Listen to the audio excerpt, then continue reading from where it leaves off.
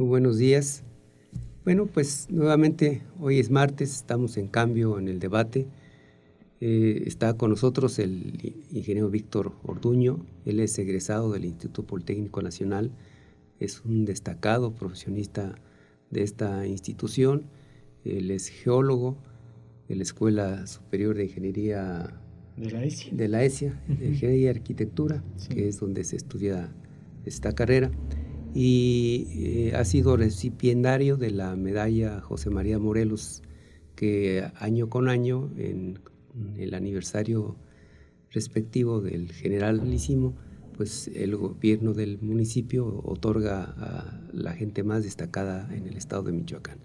Tenemos también aquí con nosotros al compañero licenciado Carbonell. Servidor.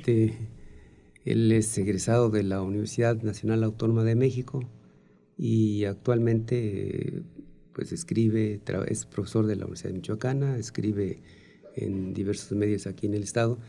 Y lo que nos interesa comentar en forma muy particular es el aspecto de, bueno, habíamos considerado el tema de la educación y la investigación científica, porque son dos factores que debieran incidir bien llevados, pues en el desarrollo propio del país, y no tendríamos tantos problemas como los que actualmente se suceden en todas partes de la República. El ingeniero Víctor Orduño, como les decía, es un especialista en aspectos de geología. Él ha estudiado mucho las fallas teutónicas que existen en la capital. Él ha advertido muchas veces sobre la no conveniencia de hacer un puente, de un túnel para subir y regresar de Santa María. Pero lo que ahora yo quisiera comentar, Víctor Carbonell, es un asunto más allá de esto, ¿no?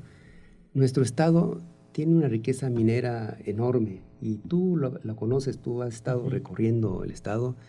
Hay zonas, tiene además una riqueza, aparte de la mineralógica, tiene una riqueza natural, porque en las partes altas de las montañas están llenas de fósiles, en las partes bajas están llenas de fósiles.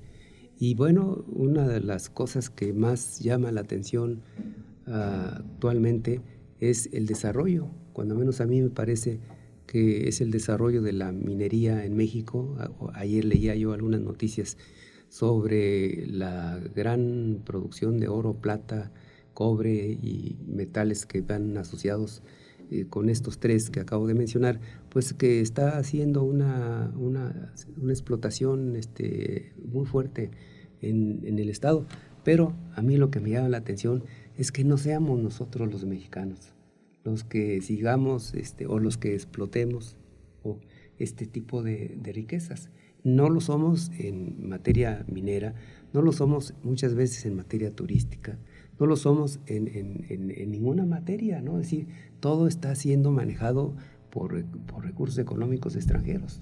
Entonces, mi preocupación es aquí en Michoacán, y tú, conocedor de esa situación, tú sabes que estamos inundados de riqueza minera. Pues sí, bueno, muchas gracias por la invitación. Yo creo que el tema esencial, la conquista de México se debe pues a la minería. Yo creo que desde que llegan los españoles a México ellos traían un fin muy concreto que era el oro.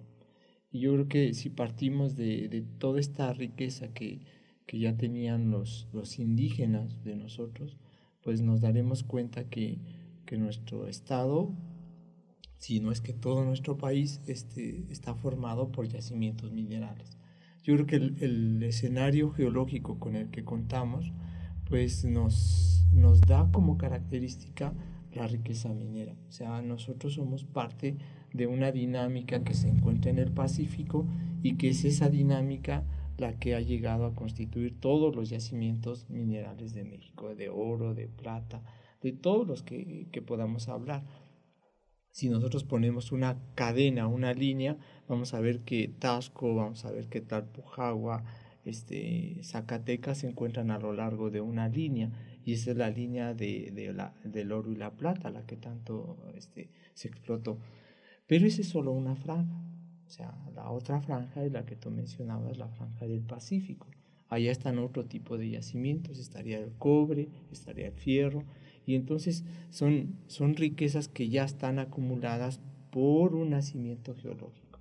Ahora, que nosotros no las explotamos, pues sí, efectivamente, no las hemos explotado nunca. Muy pocas veces son las empresas mexicanas las que han dado la pauta para esta explotación. Yo recuerdo la minera Inguarán, no sé si la Sí, recuerdan cómo aquí. no.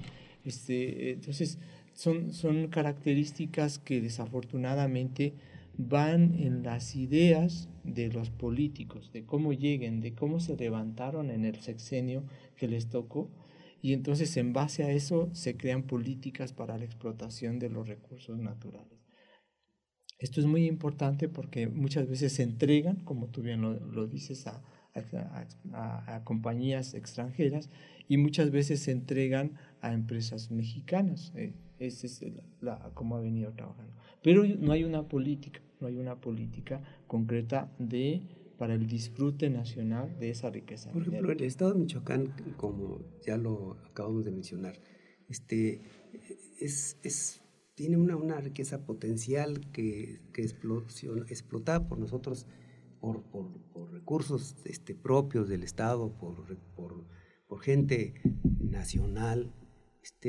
Pudiéramos tener una perspectiva diferente, no tendríamos tanto endeudamiento de los municipios y del propio gobierno del estado, pero no lo hacemos. Yo recuerdo que en muchas ocasiones hemos encontrado en la parte de la costa, en las descargas de los arroyos, hemos encontrado gamusinos norteamericanos y están aquí meses sin visa ni nada, y andan como en su casa, es decir, pero tranquilamente andan analizando y no sabemos. Y aquí en Michoacán debe haber una oficina que se encargue de esta situación, ¿no? Hay, Vigilar. sí lo hay, ¿no? Aquí en Sí, el lo estado. hay fomento, Entonces, no sé si sea del estado o sea una delegación del gobierno de la República, pero es fomento minero. Y estamos en ceros. Y entonces, para mí sí es una preocupación muy grande porque, efectivamente, las culturas prehispánicas tenían el conocimiento del trabajo maravilloso en su artesanía y cuando llegan los españoles pues se dan cuenta aquí de la riqueza y desde entonces siguen viniendo extranjeros por nuestra riqueza, ¿no? Claro.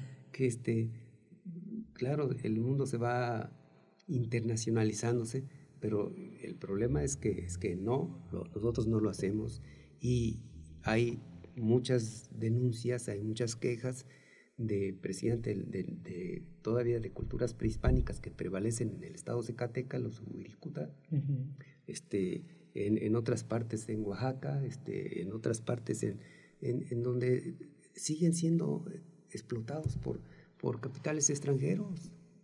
Pues bueno, yo creo que estas son políticas que México tiene que cambiar y tiene que precisar en ese sentido. Y yo creo que el tema que mencionabas al inicio, el tema de la educación, pues radica en que nosotros debemos ser profesionales de la geología, de la minería, con mucho más fundamento. Muchas veces el país lo que carece y sus principales dificultades es que no hay una educación sólida para todo este tipo de explotaciones, ¿no?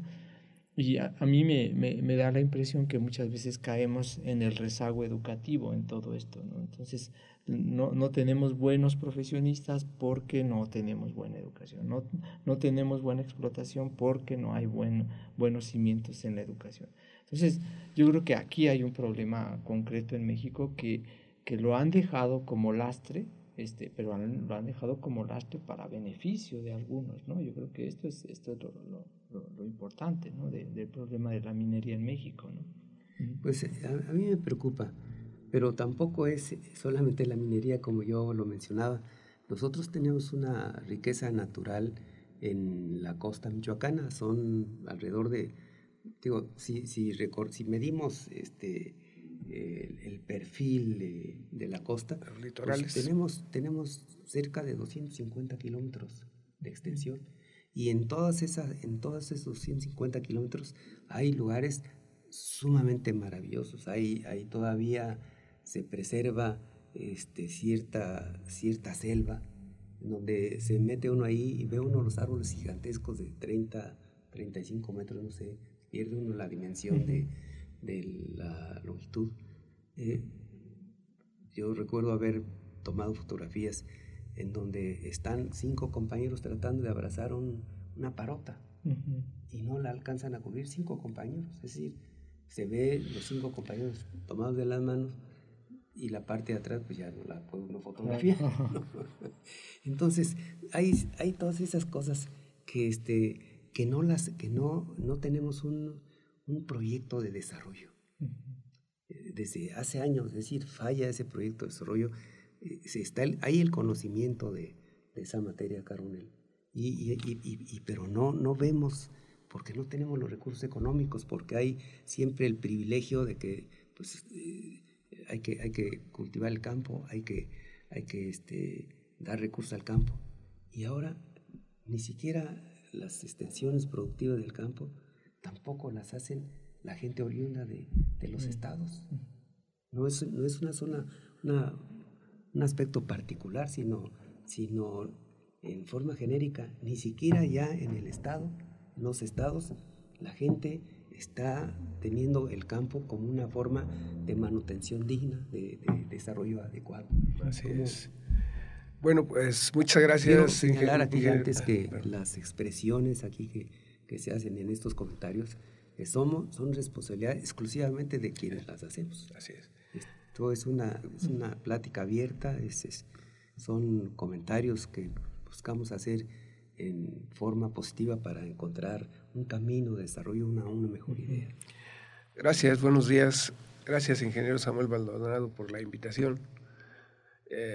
Los felicito porque, bueno, yo estoy frente a 2 politécnicos muy destacados, profesionistas muy responsables, y qué orgullo el merecimiento justo de esa presea tan codiciada, que ya la quisiéramos muchos, presea Generalísimo Morelos, por su destacada labor en la investigación.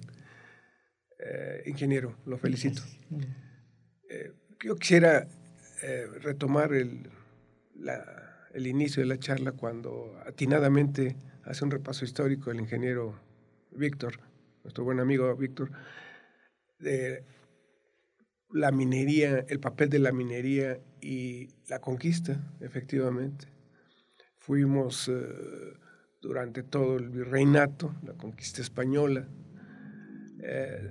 fuertemente saqueados, nuestras riquezas naturales y minerales, principalmente oro y plata. Eso lo atestigua la historia, y es motivo incluso, ingeniero, hasta inicios de la revolución en Cananea. Tiene mucho que ver los recursos naturales, las riquezas mineras, en los movimientos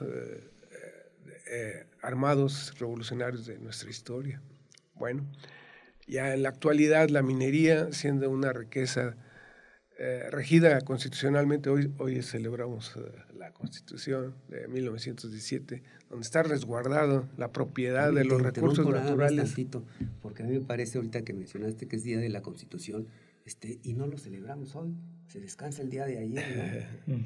Como que estas medidas son tratando de olvidar los acontecimientos que nos dan vida, que nos dan sustento, que nos dan un perfil, y entonces hoy ya se celebra y casi nadie va a las celebraciones, pero el día de ayer sí se descansa, y la gente olvida que ese día de descanso es precisamente por el día 5 de febrero. Disculpa. Sí, bueno, cívicamente hoy es el día de conmemoración de la Constitución del 17, 5 de febrero, y volviendo a los preceptos constitucionales, pues garantizan la propiedad del Estado, el subsuelo y todos sus recursos naturales, incluido desde luego el petróleo, que ahorita es tema neutral, fundamental, trascendental para el país, pues los recursos minerales a través del artículo 27 y 28 constitucionales. Y bueno, hasta la administración de Miguel de la Madrid, que empezó la privatización de las empresas, propiedad del Estado, yo recuerdo que había un Estado propietario, sí se permitía la inversión extranjera, pero regulada, la ley de inversión extranjeras así lo establece, donde la mayoría inversionistas debe ser propiedad, el capital del Estado.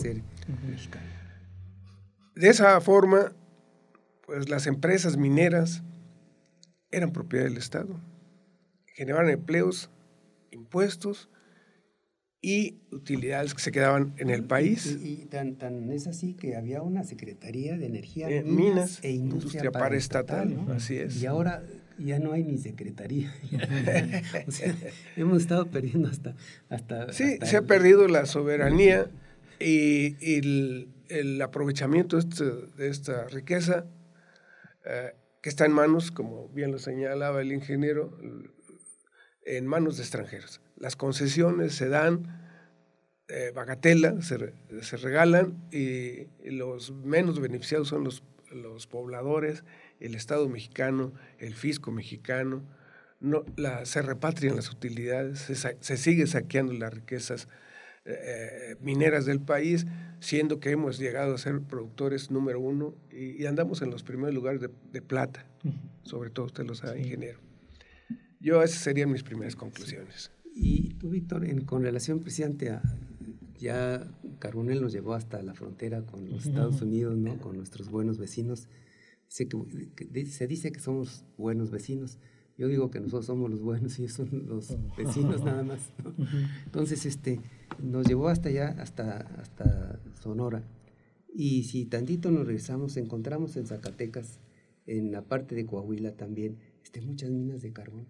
Sí. ¿Y cuántos accidentes, cuántos muertos no hemos tenido en esas minas? Sí, bueno, yo creo que aquí es la parte de llevar, digamos, un proyecto mal fundamentado, en el sentido que si tú ves todas las minas de carbón que tenemos en Sabinas, sobre todo en la cuenca de Sabinas, pues son minas que no tienen, yo pensaría, ni las mínimas condiciones de seguridad. Cuando una mina de carbón, por el gas, aquí como está ahorita de moda el gas, el gas de Pemex o el gas que tronó Pemex. El gas por todos lados, sube de precio todos los días. Que sube de precio todos los días. Entonces, aquí tenemos un problema muy grave en los sistemas de seguridad. Yo creo que el accidente, ahora que regresamos a Pemex, si ahora no lo quieren poner como un accidente de gas, pues estamos viendo que la parte de monitoreo de Pemex o de sistemas de seguridad, pues está endeble. Y si eso sucede en una torre administrativa, quiere decir que hay un rezago pues enorme en todas las condiciones de Pemex en la seguridad de refinerías, etcétera. Entonces, habría en este sentido de la explotación del carbón, yo creo que es una de las ramas más desprotegidas en seguridad, pero no solamente de seguridad de trabajo, sino también de seguridad como salud. Tú ves a los mineros y todo este tipo de mineros no llega a una edad de 45, por ahí nos estamos moviendo en las edades.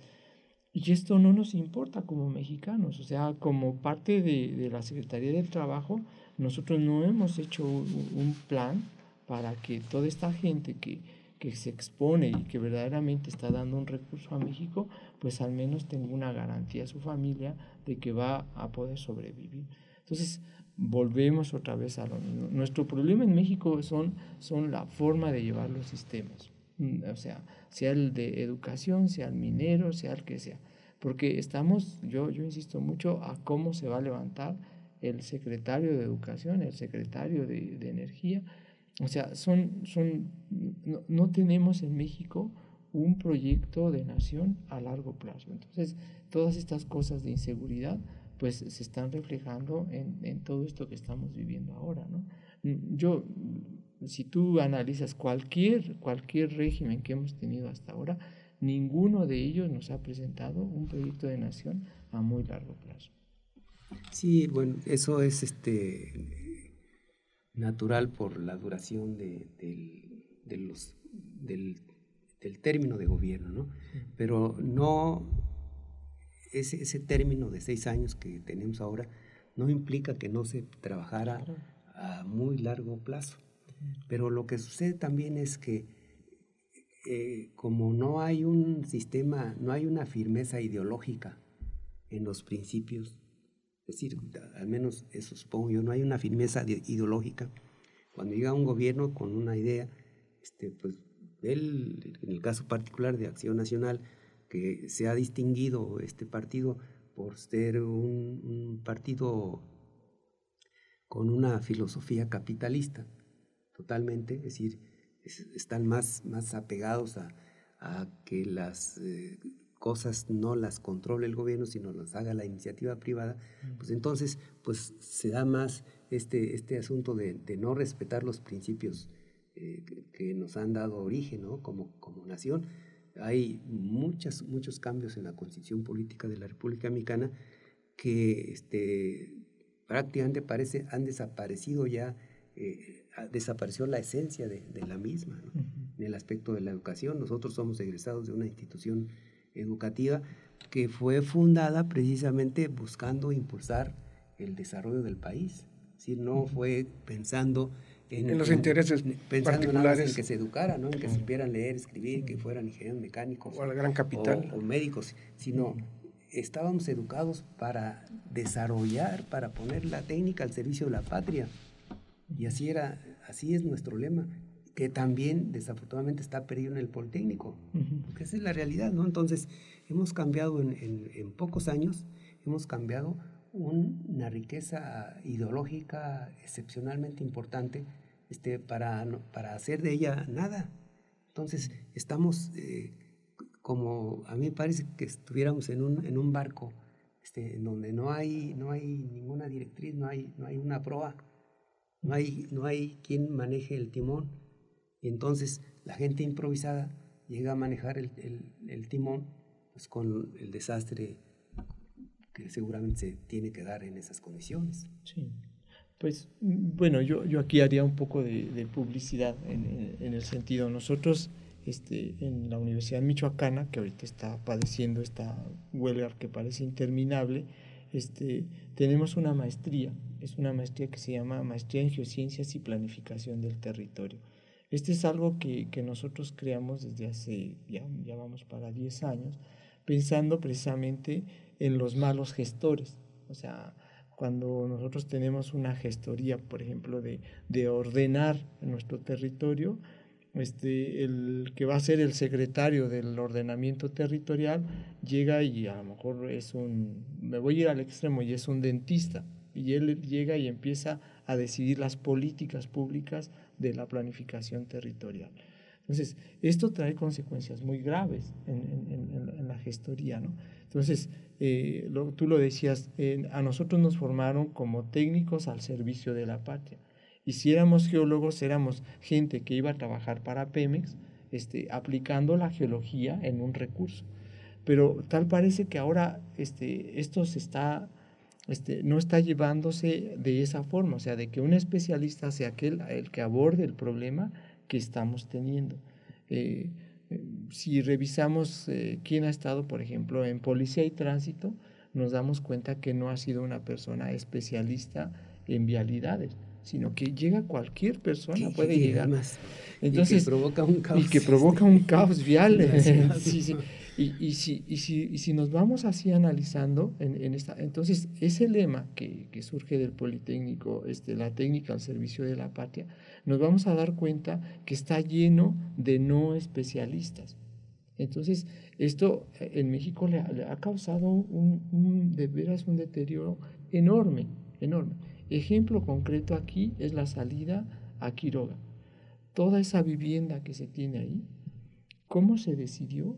O sea, tú no sabes cómo se decidió. De una forma equivocada totalmente. ¿Tienen planeado el recurso hídrico para esas colonias? ¿Tienen planeado el factor de contaminación que ya existe del relleno sanitario? O sea, tú no sabes cómo surgió todo ese planteamiento de crecimiento urbano. Entonces, esto nos implica que las políticas públicas que se están llevando a cabo en el desarrollo urbano de una ciudad como es Morelia se están llevando mal, Un gobernador michoacano que ya falleció, bueno, había un proyecto de desarrollo urbano para la ciudad de Morelia, para evitar el crecimiento con diferentes zonas verdes que han estado localizadas pues, fundamentalmente en la parte de Jesús del Monte, que estuvieron limitando hacia el sur, etcétera, hacia el norte, perdón. Es decir, había un programa de desarrollo bastante bien hecho, importante, y que delimitaba todas las áreas ejidales, las del oriente, la salida a Charo. Y entonces uno de los gobernadores que duró poco tiempo fueron los campesinos bueno, ahí inclusive en esa zona del mercado de abastos estaba planificada un anillo que iba a conectar con Ocupétaro. Y entonces el gobierno de ese entonces entrega o permite que por donde ya estaba trazada prácticamente en planos el desarrollo carretero o de la vialidad de Morelia, dieron una autorización para que se construyera un palomar ahí, que fue una serie de casitas elevadas de 3, 4 pisos, terrible mal hechas, y le partió el eje al bulevar. Y después les los ejidatarios para decirles que ellos querían vender sus terrenos, querían fraccionar. Pues estaba prohibido. Les dijo, no importa, ustedes háganlo, son suyos, háganlo. Y entonces rompe todo ese proyecto que había costado mucho esfuerzo realizarlo, y empezó a crecer la ciudad de Morelia estúpidamente. Lo mismo que ha pasado con la parte de Altozano, ¿no? Que era una zona de reserva, y de repente ya se autorizó la construcción de fraccionamientos sin tener las salidas adecuadas, ¿no? Sin planear esas salidas, y ahora pues tú sabes muy bien de eso, ahora quieren hacerlo por abajo para resolver ese problema. Quisiera retomar lo que acertadamente señalaba el ingeniero del exceso de construcción de fraccionamientos en el lado poniente de la ciudad de la salida Quiroga. Precisamente ayer en esta cabina se analizaban los humedales, cómo se ha deteriorado o extinguido estos nichos ecológicos tan importantes para la biodiversidad y todas esas cosas que ustedes saben más que yo. Pero quisiera retomar como economista de la UNAM el punto que se refiere a también lo que ha señalado el ingeniero, a la explotación minera de los yacimientos de carbón y otros minerales importantes en el norte del país, en la región de Coahuila, donde precisamente se han presentado tragedias importantes ahí para los mineros. Pero me refiero a lo siguiente: el aprovisionamiento, el transporte y la distribución desde esos lugares, de esos yacimientos, esas minas tan importantes, del carbón y la bauxita, para el impulso, el desarrollo de la metalmecánica, de la siderurgia, como es Lázaro Cárdenas. Desde allá han traído durante muchísimos años los yacimientos, la materia prima para producir. Eran los proyectos de desarrollo de integrales. ¿Quiénes iniciaron todo este proyecto de desarrollo de Lázaro Cárdenas? Pues el general Cárdenas. Así es, efectivamente. Él tuvo la visión desde joven, desde que era gobernador del estado, cuando vio las minas, cuando algunas compañías extranjeras tenían la denuncia o el permiso para la explotación de todos esos minerales. Él se los quitó. Y se los quitó precisamente porque no cumplieron con el contrato. Entonces llegó un momento en que dio instrucciones al general Lázaro Cárdenas de que se investigara cómo estaban las concesiones, y no me acuerdo si fue era una compañía norteamericana, la Smelco, y le dijeron, pues no ha cumplido. Ella se comprometió a explorar y a explotar y no ha cumplido. Entonces, pues no ha cumplido, quítensela, si les quitaron las concesiones. Esas concesiones las regresan al Estado, y en época de Miguel Alemán, quienes hicieron el estudio para quitarles la propiedad o la concesión a los extranjeros, ellos, conociendo los antecedentes, pidieron que se les entregara la concesión a ellos, ya fuera del gobierno de Lázaro Cárdenas, en la época de Miguel Alemán, y cuando ya tienen la concesión, se la vende nuevamente al concesionario anterior. Entonces, ¿cómo se rompen las cosas, ¿no? Es decir, sí. ¿Cómo no se da secuencia a un proceso de desarrollo nacional propio por la ambición económica, personal, por intereses, desde luego por lo que ellos recibieron también como parte de haber vendido las concesiones, y entonces se transforma en una clase muy rica? Sí. Y lo mismo está pasando actualmente, ¿no? En Lázaro Cárdenas teníamos la compañía procesadora de tubos, que fue una compañía procesadora de tubos para suministrar precisamente el material de petróleos mexicanos. Y hoy está desaparecida fertilizantes, está desaparecida NKS, es decir, y solamente existe una siderúrgica que, desde mi punto de vista, no le rinde ningún beneficio al país más que a los trabajadores, por todo el material sale del país. Me gustaría no hay nada. Concluir. Pues, tenemos 4 minutos para concluir. Sí. A ver, sí, con este mismo tema de la propiedad del Estado en los recursos naturales y en las actividades productivas.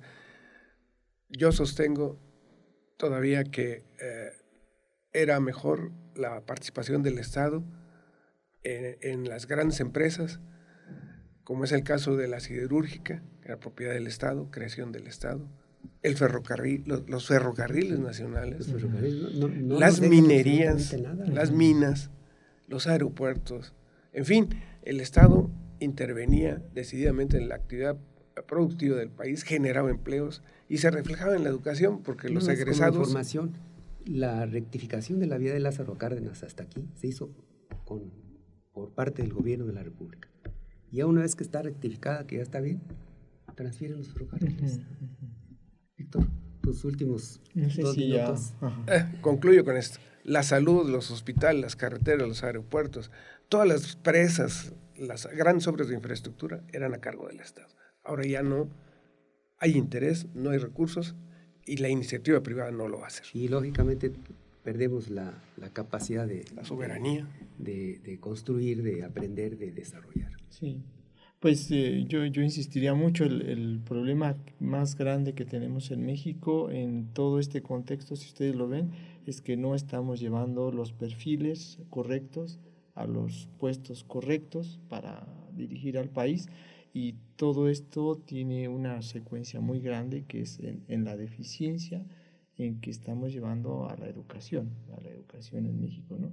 Nuestra universidad, por ejemplo, nosotros somos la universidad número 1 en posgrados y nos tienen en una huelga interminable.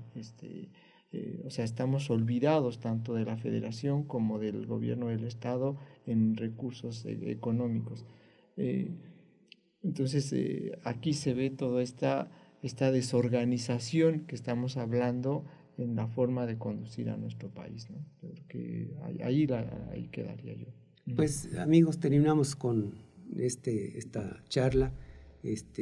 Quiero reiterar que las expresiones aquí son particulares, son responsabilidad exclusivamente de quienes las emitimos, y agradecemos su atención y esperemos que no estén aburridos para que el próximo martes nos vuelvan a escuchar y a ver.